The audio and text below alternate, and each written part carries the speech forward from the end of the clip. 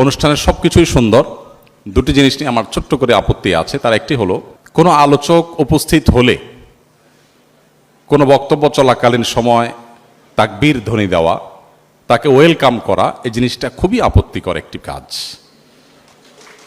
একজন গুরুত্বপূর্ণ ব্যক্তিত্ব বক্তব্য রাখছেন, তাও আবার আমার প্রিয় মানুষ,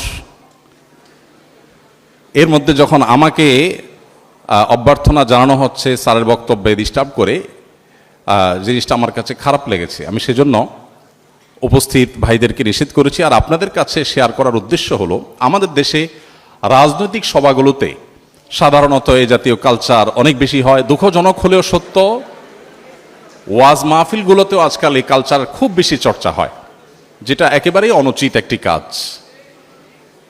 এবং আমাকে মানুষ এই অপছন্দনীয় কাজে আমাকে মানুষ ব্যবহার করে দেখে আমার অনেক বেশি গিল্টি ফিল হয়। সেজন্য কথাটা আমি একটু পরিষ্কার করে বললাম। কেউ মনে করতে পারেন যে আমি খুশি হই, আমি খুব কষ্ট পাই, সেই জিনিসটাকে আমি একটু ক্লিয়ার করলাম। আর আরেকটি বিষয় হলো, আমার নাম ঘোষণার আগে যে পরিমাণ পামপট্টি দেওয়া হলো,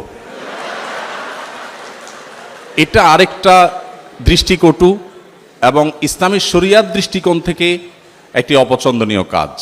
কারোর যদি প্রশংসা করতে হয়, তার আসার আগে আপনি কেন করেননি? আপনি আমার আসার আগে 30 মিনিট ধরে আমার প্রশংসা করতেন, আমি শুনে খুশি হতাম। কিন্তু আমাকে বসিয়ে রেখে প্রশংসা করা, এটা ইসলামী শরিয়ার দৃষ্টিকোণ থেকে অনুচিত একটি কাজ। এটাও দুঃখজনক হলেও সত্য, আমাদের পলিটিক্যাল যে গ্যাদারিংগুলো হয়ে থাকে সেগুলোর কালচার। রাজনৈতিক নেতাদেরকে বসিয়ে,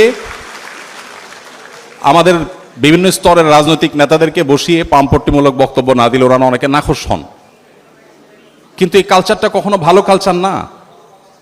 ইসলাম আমাদেরকে বলে কারো প্রশংসা করতে হবে তার পেছনে, আর তার কোনো সমালোচনা করার প্রয়োজন হলে সেটা করতে হবে সামনে।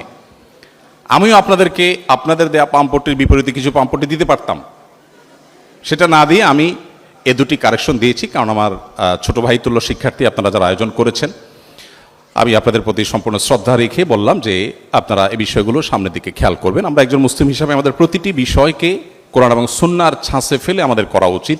আমাদের প্রিয় নবী সাল্লাল্লাহু আলাইহি ওয়াসাল্লাম বলেছেন, উহসুত তুরাবা আলা আফওয়াহিল মাদ্দাহিন, সামনে যারা প্রশংসা করে তাদের মুখে মাটি নিক্ষেপ করো।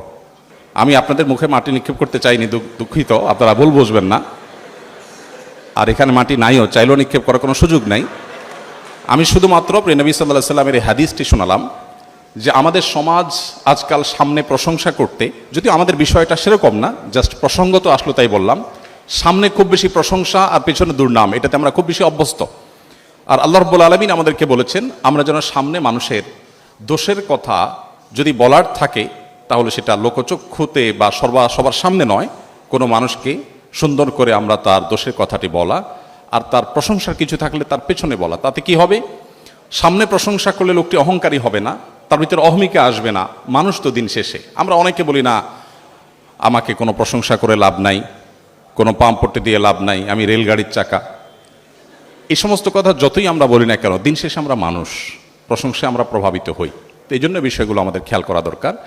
আর পেছনে প্রশংসা করার ব্যাপারে ইসলাম উৎসাহিত করে, কারণ আপনি যখন কারোর পেছনে প্রশংসা করবেন তখন লোকটা সম্পর্কে উপস্থিত লোকেরা সুধারণা পোষণ করবে, তারা তার প্রতি ভালোবাসা অনুভব করবে, যাতে সামাজিক সম্প্রীতি তৈরি হবে।